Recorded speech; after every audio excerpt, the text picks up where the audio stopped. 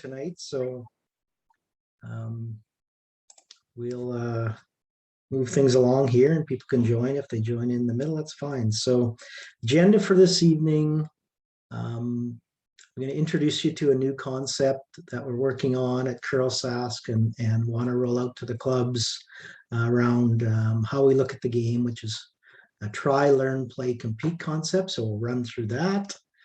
We'll talk about CURLSASK member benefits and run you through that. We'll give you the club survey results that we did, the survey we did last week with many of you. So thanks for doing that. So we'll run through the results of that.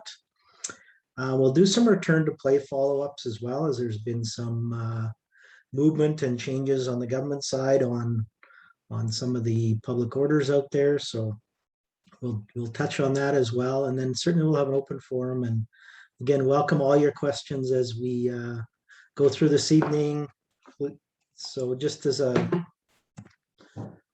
kind of a cleanup, so certainly please enter your name and club name in the chat box so we can keep track of who's attending.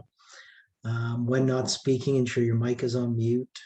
And then you can certainly unmute your mic to ask a question or simply type it in the chat box and we'll get to the questions as we go through the presentation. And there'll be lots of time at the end as well for questions as well.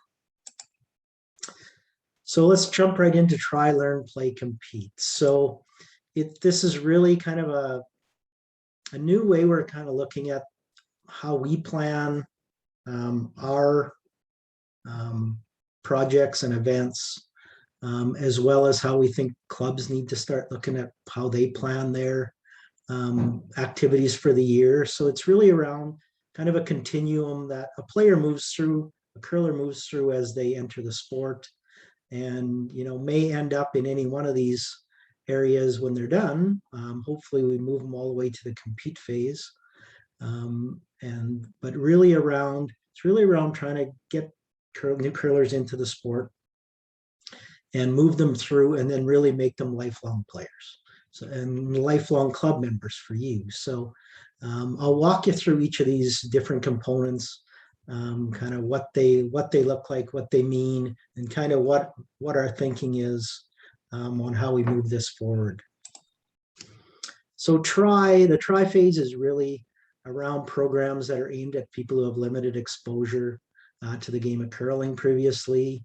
They really have, their experience with the game of curling is limited, and we really want to give them a chance to experience the game without a long-term commitment. So they can come in, try the sport, hopefully get hooked on it like most of us have, and keep them in the sport. So the purpose is to orient people to curling and your club, and it's a great way to recruit new members. So some of the activities that we do in curling today around this, so it's a variance of people running these programs between Curling Canada, CURLSASK, you guys at the club level as well. So just some of the examples of this, and this is certainly not an exhaustive list, but we have the Egg Farmers Rocks and Rings program that Curling Canada runs. We have the Viterra Youth Clinics that we run, CURLSASK. You run club open houses. These are great try curling events. Many clubs do drop-in curling for youth, for adults, for stick players. Open ice rentals is a good way to get people to try the sport. And then one-day fun spills is another way as well. So I'm sure you guys can all think of a multitude of different things in this area that you do. And certainly we want to keep building on that as we go forward. So on the learn phase, this is really programs designed to enhance curler abilities regardless of their current skill levels. So these can be youth or adult programs. They can be limited or aimed at any group from beginner to advanced. It's really around just enhancing your skill level. So some of the programs that we've identified that fall into this group are our Viterra Blizzard program, our Viterra Prairie Land Curling or Camp series that we're running this year, Passion Curling, under 15 to 21 skills development, our Adult Learn to Curl program, Our CURLSASK high performance program certainly as well, certainly at a different level than some of these other ones. And then club learn to curl programs as well that you guys run. On the play side, we're really good at this, right? Like, especially at the club level. So we have leagues and events running all the time aimed at allowing players to, have fun, experience the game. So this is one area we're really good at, for sure. A number of things that fall into this. And just to be clear, there is some gray area around some of these. Like, it's not clearly sometimes where every one of these activities falls into play, for example. For some people, they may be between compete, they may be between learn. It's not really we don't want to really get caught up too much in that. We're trying to identify kind of where it falls for planning purposes, but certainly it may vary a little bit. But for some of these, for play, Curling Canada hit, draw, and tap competition that's going to run this year, our under 15 and 18 U spiels that we're running, our CURLSASK sliders challenge would fall into this for most people. And then, all kinds of club leagues, our beginner leagues, novice leagues, open leagues, club bonspiels fall into this. For some people, club bonspiel may fall in the compete side. And then there's compete. So these are really events allowing players and teams to compete with others at similar skill levels. And demographics. So some of those things, again, we run a lot of competitions on the CURLSASK side, on the compete side, all of our Saskatchewan championships, whether that's junior, men's, women's, seniors, masters, the wheelchair side. Certainly the SAS Tour events fall into that category, in the Saskatchewan Winter Games competition. So how does this fit in for kind of our thought process and a planning process? So this is a little bit of a template we put together around how a club would think this through on the try, learn, play, compete piece of things. So this would really be a template that you would use, and we'll make this available to you for planning your year. So it's really around looking at, am I having events fall into all these different categories, or am I really caught up in only the play side of things, or am I really, getting too heavy in certain areas? We certainly want to offer different areas of activities in all these different categories as a club, so that we can keep, attracting new players, keep them developing, keep them, again, trying to get them to be long-term members and lifelong members, really. So this is a template. So this is one I just filled out as an example. So ABC Curling Center, you can see in the try side, they're running, and this would be a really aggressive, probably a fairly large club to run all these programs. So certainly we're not thinking you're going to be able to run all these programs, but certainly a way to plan your year and a concept to look at when you're doing that. And we will be looking at this from CURLSASK as well, to make sure we're offering programs that fall into all these different areas as well. So on the try side, this club was running Rocks and Rings in conjunction with their school. They're running Viterra youth clinics. They're running a club open house. They're doing some drop-in curling events on the try side.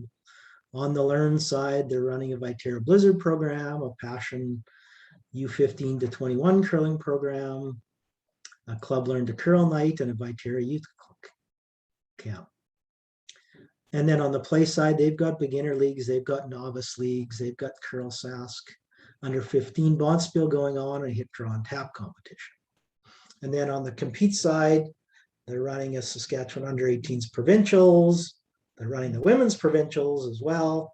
They're running a senior men's qualifier, and they're running a women's tour event. So this would be a very balanced club, as I say, and probably a pretty large club probably to be able to do all those events. But it's really about the concept and thinking about how you plan your year as well. So just maybe some planning questions to ask yourself when you're thinking through and planning the year. So do we have events planned in all 4 areas? Pretty straightforward. Are we hitting all these areas? And that, like I say, we'll make this template available to you on the website for you to use, should you choose to. And I know some clubs, we're already talking it through with them and are already using it. Another question, are we hitting a wide enough variety of demographic groups? So, even within those different areas, make sure you're planning events for different age groups, making sure you're hitting your youth curlers, make sure you're hitting your senior curlers. There may be some other demographics in your area, in your community that you can target as well, to make sure you're attracting them to the sport. And then what are our plans for marketing these events? So certainly you can build these events and build a great template, but how are you marketing it? How are you attracting people into participating in those events is just as important. So, and then again, are there any specific groups that you should be targeting your marketing to? Again, looking at your community, what's there, what are the opportunities to pull some people into the sport? And then this is a really important piece of it as well. So do you have a clear pathway and more importantly, an easy pathway to allow curlers to access the next level in their curling journey? So as we pull them into the club in a try curling event, are we making it easy for them to access, either some skills enhancement or trying to get them into a league? So this is really important to think about as well. We're going to be developing some tools for this as we go forward. Like I say, we're just really introducing this concept to you at this point, and there'll be a bit of an evolution on this whole piece.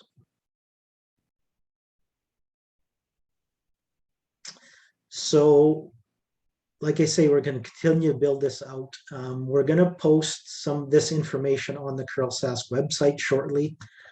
So with it, you can watch for the website.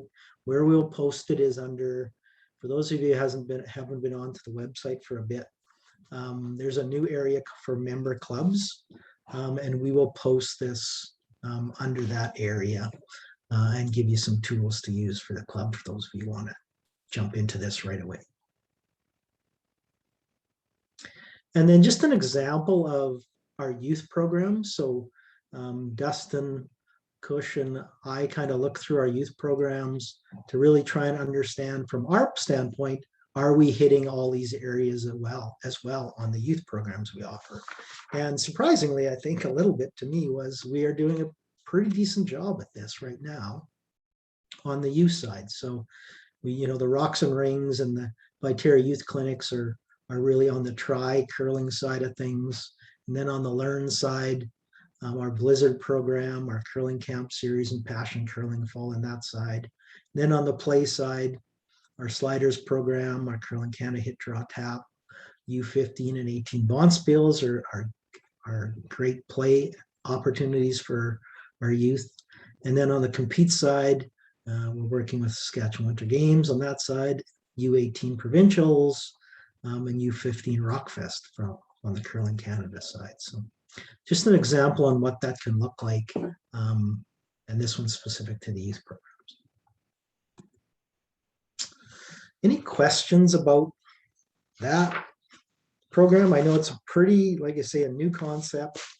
Some of you may have thought this way already in your clubs. Hopefully you have.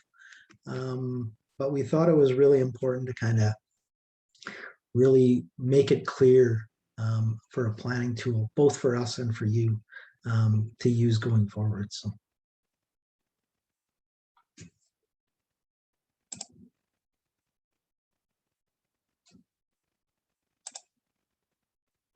Okay, I don't see any questions there right now, so we'll keep moving. So I want to jump into membership benefits now and spend a little bit of time talking about all the things that CURLSASK offers. I'm going to be honest, before I joined CURLSASK, which was not quite a year ago, I had a pretty narrow view of what CURLSASK did as a competitive player. And really had my eyes opened as I moved into it and saw all the things that are going on and are being worked on within the organization.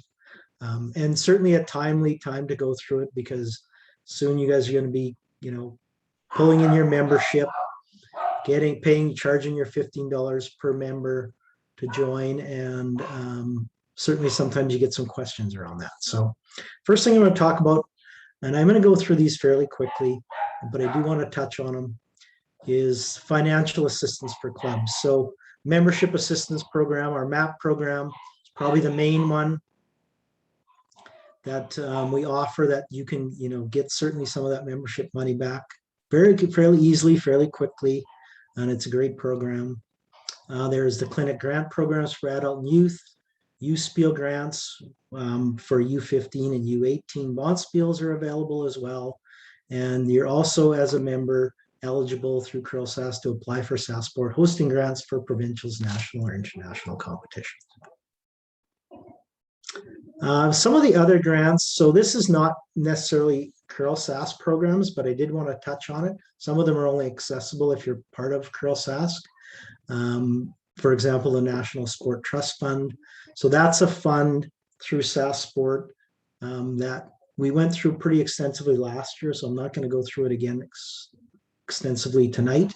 But if you have any questions about that, you can access our website and all the information's there, or call me. And this allows a club to set up a trust fund to allow, raising money for your club, and then the ability to give charitable receipts to your members who donate. So great program. We had a number of clubs take advantage of it last year and working through it this year. The Community Rink Affordability Grant, which the provincial government came out with last year, is going to be available again. I've got confirmation from the minister's office on that as well. The information isn't up on their website yet, but it should be coming out shortly, and it was passed in the March budget. So you're going to have access to that again.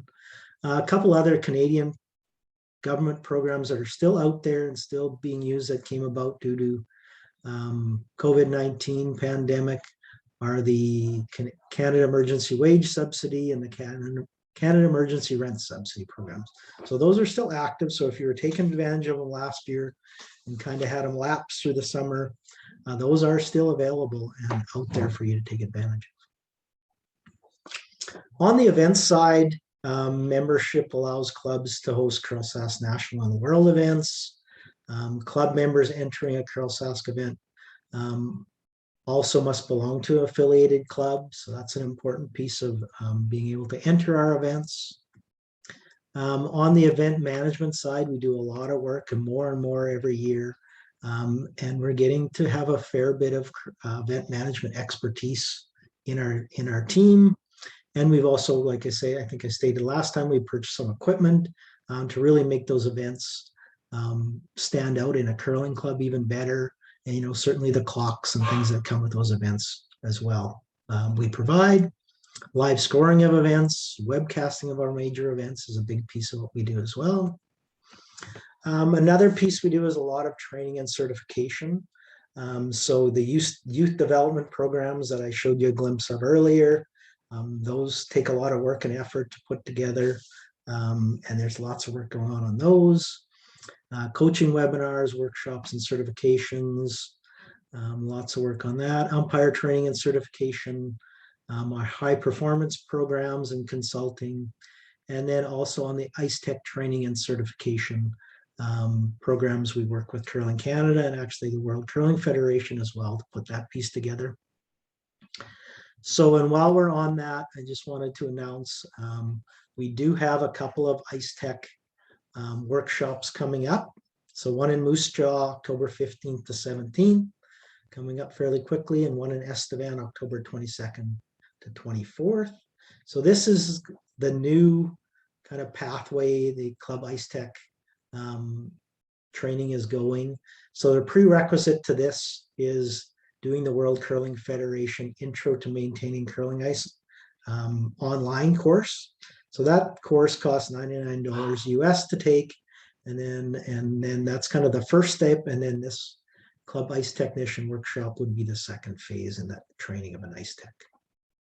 So one thing to note, we need 6 ice techs in each of these courses to really make it worthwhile. We've got some people coming out of Curling Canada to help with these sessions. So to really make it worthwhile, we need that 6 people in those. So please jump on that as quickly as possible. And the registration for that closes on October 6th. On the communication side, we do a lot of work as well. So CURLSASK website, we do a lot of work on CURLSASK social media.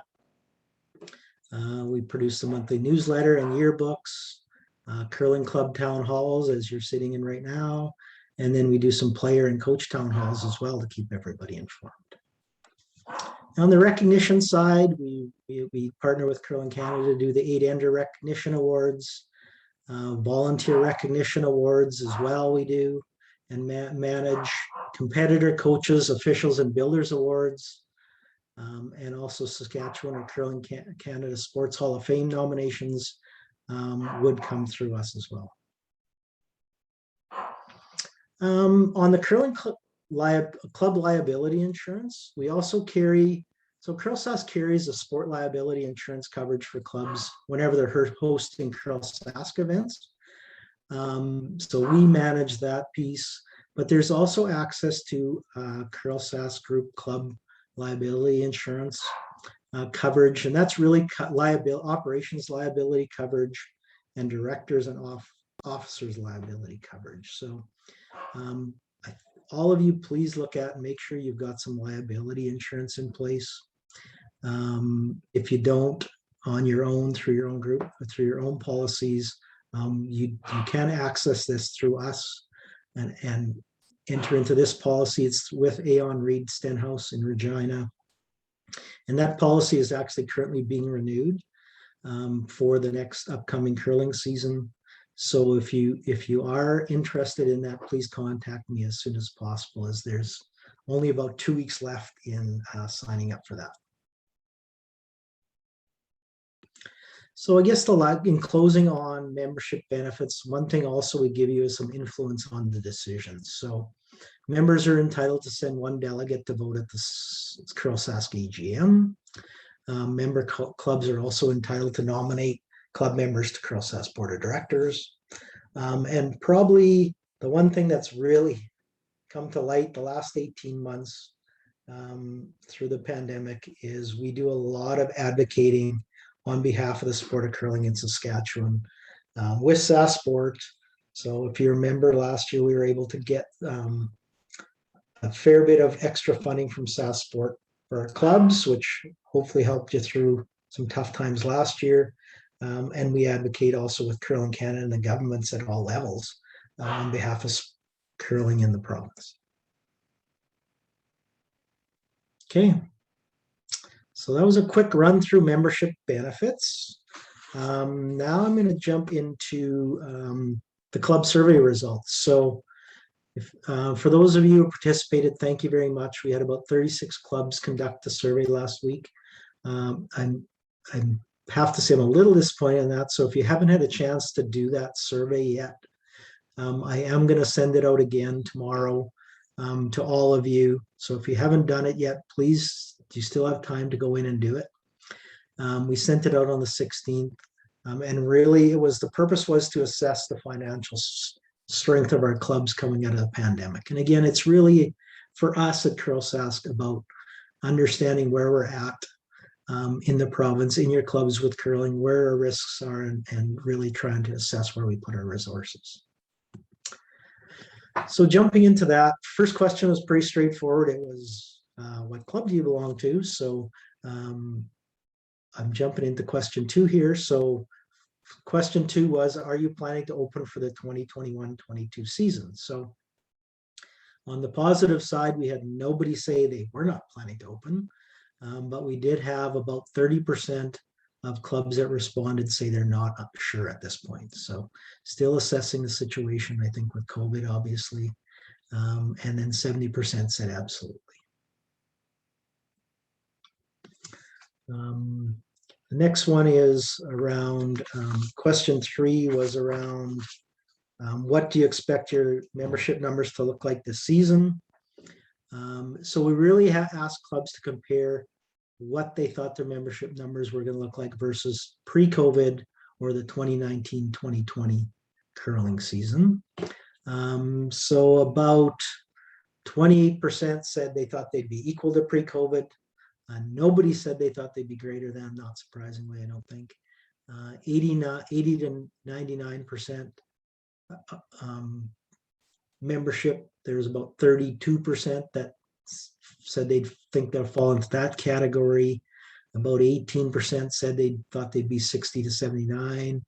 And less than 60, there was about 5%. So there was a number of people in other, and that was mostly around comments around not sure, unsure, no idea. So certainly we have some uncertainty going into this season on what our membership is going to look like. Next question was, are you planning extra marketing initiatives this year to attract back your membership? Just over 41% say they are planning extra marketing going into the season. I have to say, I'm a little disappointed in that. I think we need to, everybody needs to look at what they're doing in their areas and make sure that the word's getting out there, even if it's pretty limited marketing on social media. Obviously free marketing in that case, just to let your members know what's going on in your club and what your plans are for the season. Question 5 was, on a scale of 1 to 5, how strong do you feel your club is financially coming out of the pandemic? So I would say it was fairly positive. 80% of clubs say that they are okay or in a strong financial position financially. About 20% are in a weak or very weak financial position. So that's certainly concerning on that 20% side. And I think it's certainly important we have a healthy curling season this year.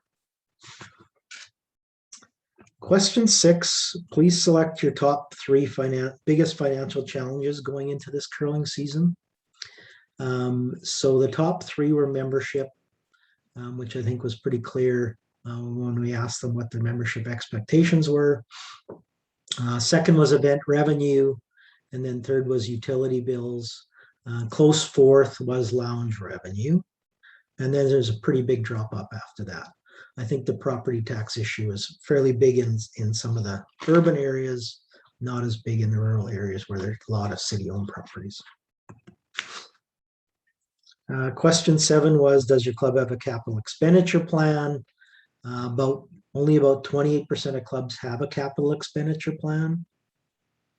So something to look at, I think, in your club just for planning purposes going forward. And then the next question was around that as well, was does your club have, if yes, what is your expected capital expenditure plans for the next 5 years? So you can see the clubs that answered yes. There's, about almost 13-14% have a greater than $50,000 capital expenditure expectations in the next 5 years. And about 11% were in that $25,000 to $50,000 range. So fairly significant expenditures in some of the clubs expected. And then this one was around property taxes. Again, became pretty clear that this is pretty much a Saskatoon or Regina phenomenon for the most part. Only 5 clubs in the survey paid property taxes. And then the 10th question was, would your club, this is the last question, would your club be willing to share your financial statements with CURLSASK for the purpose of curling club risk assessment in the province? Certainly something I don't think we've ever asked for, or not that I'm aware of. Probably came out pretty clear that clubs were unsure, as 70% answered they weren't sure that they would do that. And I guess on the positive side, only about 10% said they definitely would not. So certainly something, I don't know if we're going to ask for this, but certainly something we're talking about with the board on how do we really assess the financial strength of our clubs in the province as we move forward. Okay, any questions about the survey?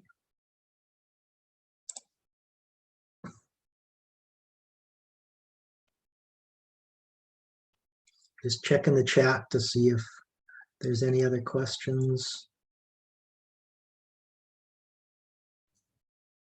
So one Oh, sorry, do you have somebody on the line?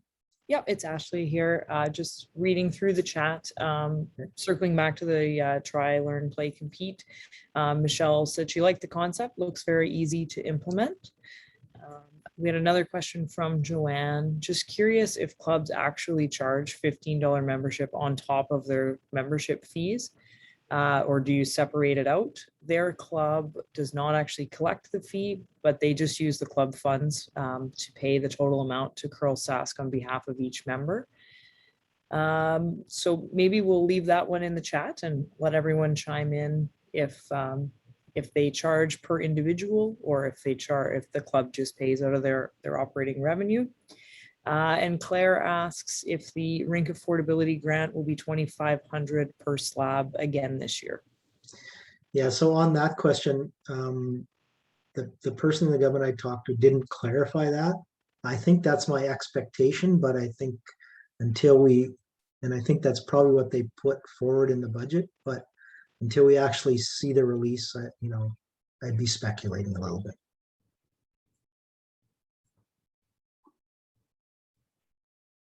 Okay, that's all I see in the chat, Daryl. Okay, thanks, Ash.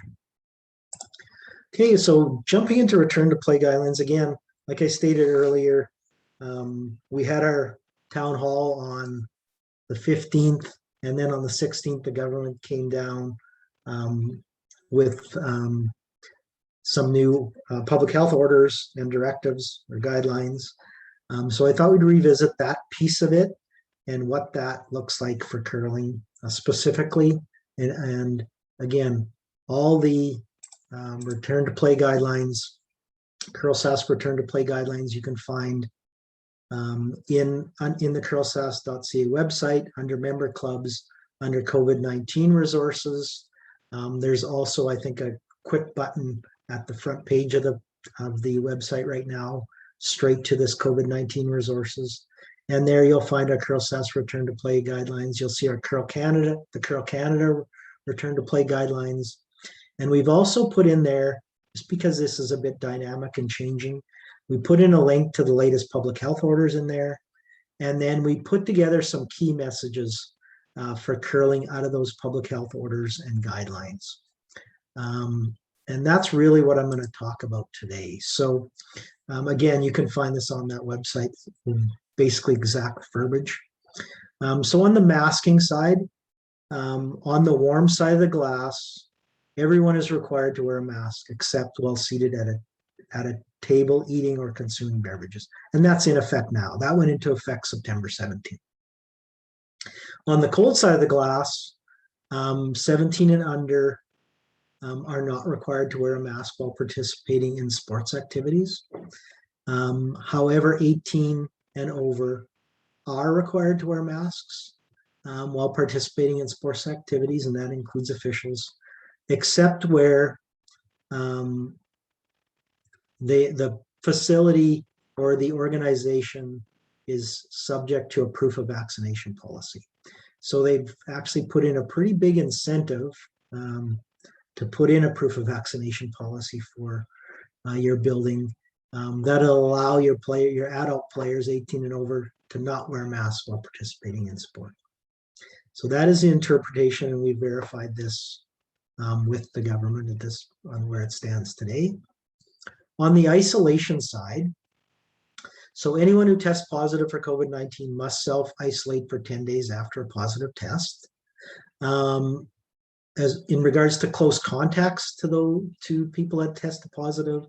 So if you're not fully vaccinated, you have to self-isolate for 14 days. If you are fully vaccinated, you have to self-monitor and seek testing at the first signs of COVID-19 symptoms.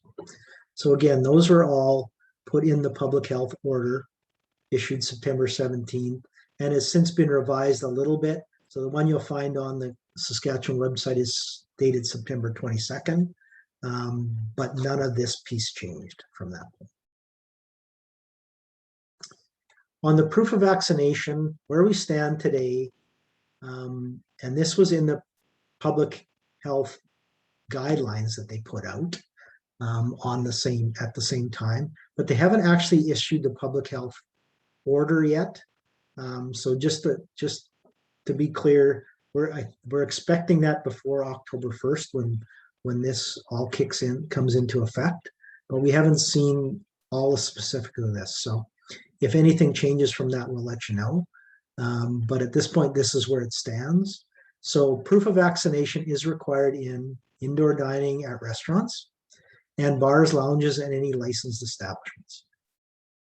Proof of vaccination is not required in facilities hosting non-ticketed amateur sporting events, including youth athletics and recreational leagues. So technically, you read that by letter of the law. As it reads today, your curling rink part wouldn't need the proof of vaccination, but your restaurant and lounge would. So we went back and we had the government clarify for us what that meant for curling clubs specifically, and it really was proof of vaccination is required in the entire facility if they have an operating indoor restaurant or a licensed establishment in the building. So, you know, if you've got, certainly if you're licensed, which most of our clubs are, or if you have an indoor restaurant that you're operating, you're going to need to have proof of vaccination for your entire facility.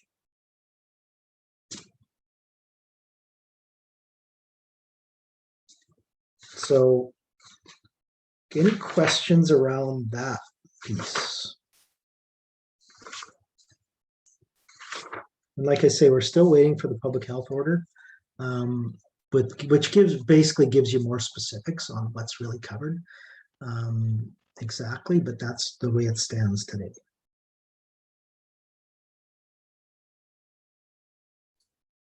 Daryl, not seeing any more questions in the chat, just two more comments. Saltcoats does not charge for the $15 fee separately.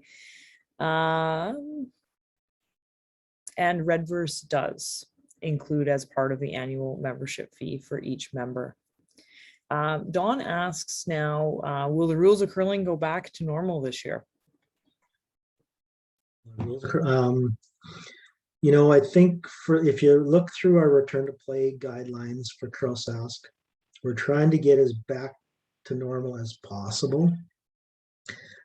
Certainly we still, you know, I think on the warm side of the glass, it's going to be probably, you know, you're going to need to mask for the time being until that public health order changes.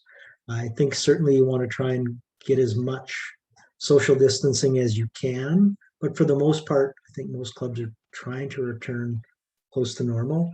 And on the cold side of the glass or on the ice surface, again, the masking piece is still in play if you don't have that vaccination policy in place, which I think most of us will after October 1st, so that will go away a little bit. And we're still asking to social distance as much as possible, but for the most part, we're trying to get back as close to return to normal as possible for the time being. And as you know, this is a dynamic situation, so that could change tomorrow if the government brings in some different public health orders. Good point, Daryl. A popular question, I think, from Karen in Martinsville. Their club is solely run by volunteers with the exception of their ice maker. Any suggestions on how we can police or enforce the proof of vaccination? Yeah, it's a great question. I think it's the one everybody's still grappling with a little bit.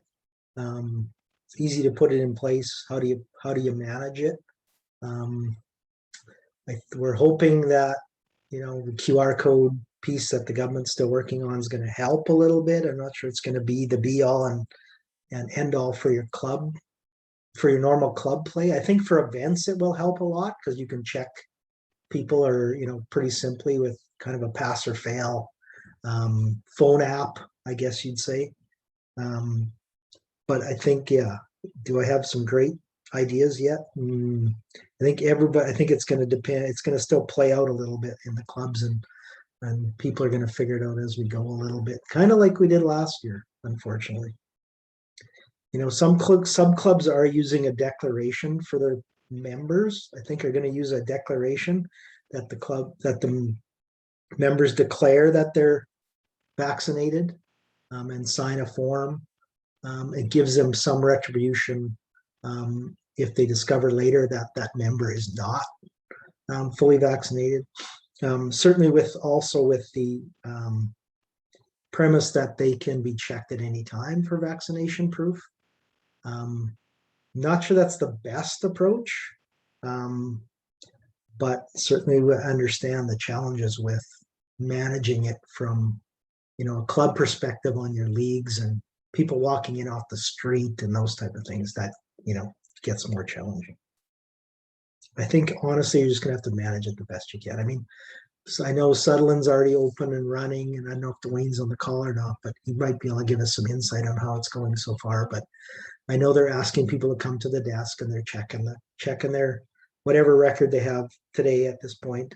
And I haven't heard if they've had any issues or not. But they're running it.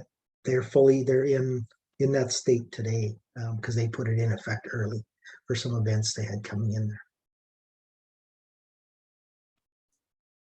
Yeah, and Daryl, I would just add to that as well that we want to avoid at all costs hanging on to any personal information, storing any records, even keeping a spreadsheet if at all possible. So ideally using the QR codes. We understand the Saskatchewan app is going to be modeled very similarly to the app that was rolled out in Quebec. So if you have the capability to do that, that avoids storing health information. And basically what you're going to have is a green screen saying, yes, this individual is fully vaccinated, or a red screen, this individual is not fully vaccinated. And that would be defined as 2 doses plus 14 days since that second dose would be fully vaccinated. So I would just add again that that clarification to, check at the door visually, avoid recording if at all possible, or go down the route of using the QR codes if at all possible. So that's yeah, good. that's a great point, Ashley. And if you are, for whatever reason, collecting that information, make sure you're keeping it secure because it's very important. Yeah, absolutely. Just comments that we're seeing as well. So Martinsville is starting up next week, so obviously looking to have something in place. Joanne mentions that again, this is a key issue that's being faced at their rinks right now. Obviously, no one wants to be the enforcer of this, and we certainly understand that concern. Karen asks, does CURLSASK have some sort of template for declaration? I think we don't at this point, but the declaration form that we did include in the package for the return to play package, which you can find again on the website. I think all you'd really have to do is add in a line there if that's the route you want to go, for people to declare that they were vaccinated and then have a signature line in there. So you can certainly use that declare form. There is some other COVID declarations as part of that form as well. So I think you just be having to add a line onto that.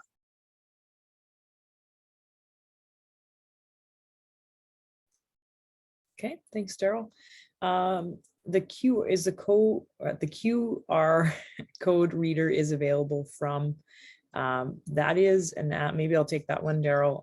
That is an app that will also be released by the Saskatchewan government, hopefully as soon as possible.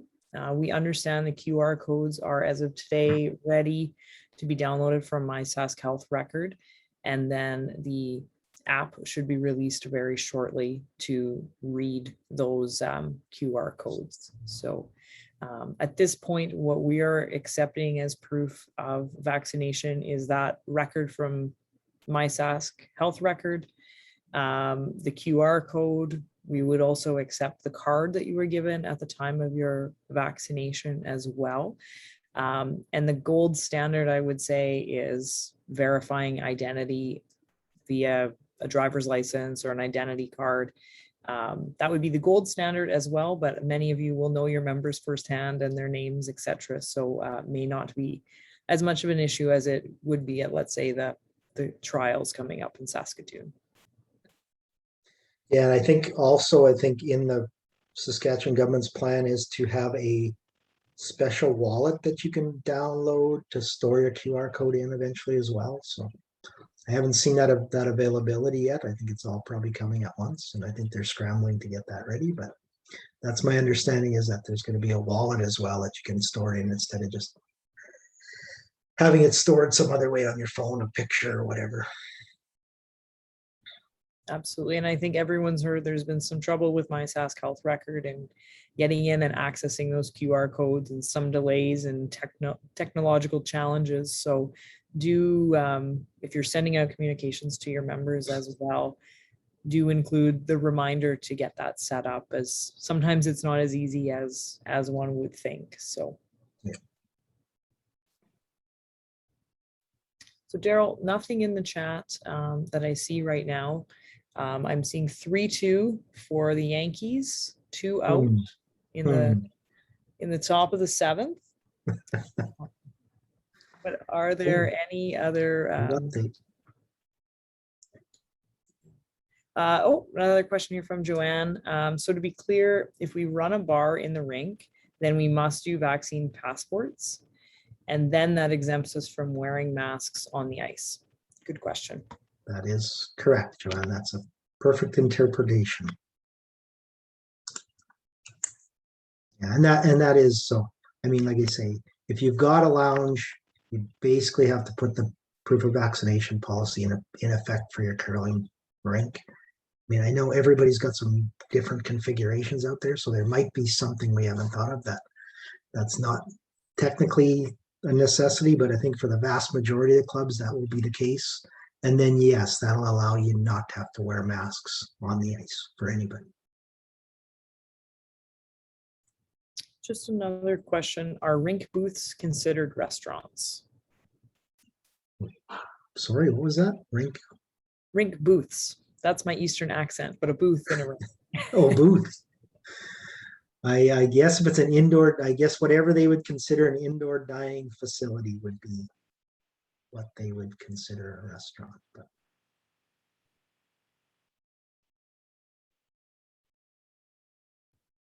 okay, perfect. Is there anyone on the line that would prefer to unmute your microphone and ask maybe a more complicated question?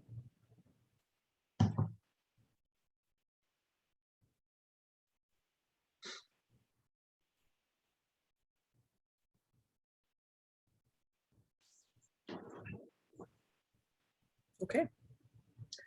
Okay, well, let's keep moving. I just have one more slide basically, and that's an announcement to everybody that the Provincial Day of Curling this year is going to be January 8th, 2022. And so that's in conjunction, that's going to be the Saturday of the Scotties, Provincial Scotties, that is being held in Assiniboia this year. So that's exciting. We really want you to create some buzz in your club around the Provincial Day of Curling and host a viewing party. And really, what we're gonna do is we're gonna select 4 clubs that apply for this to live stream at your club during the SaskTel Max live stream telecast that evening. So certainly this is something exciting, and there's some $1,000 club sponsorship awards out there as well for those 4 clubs. So some exciting stuff, and hopefully when we get to a full-on Scotties again this year, we'll have some excitement around it.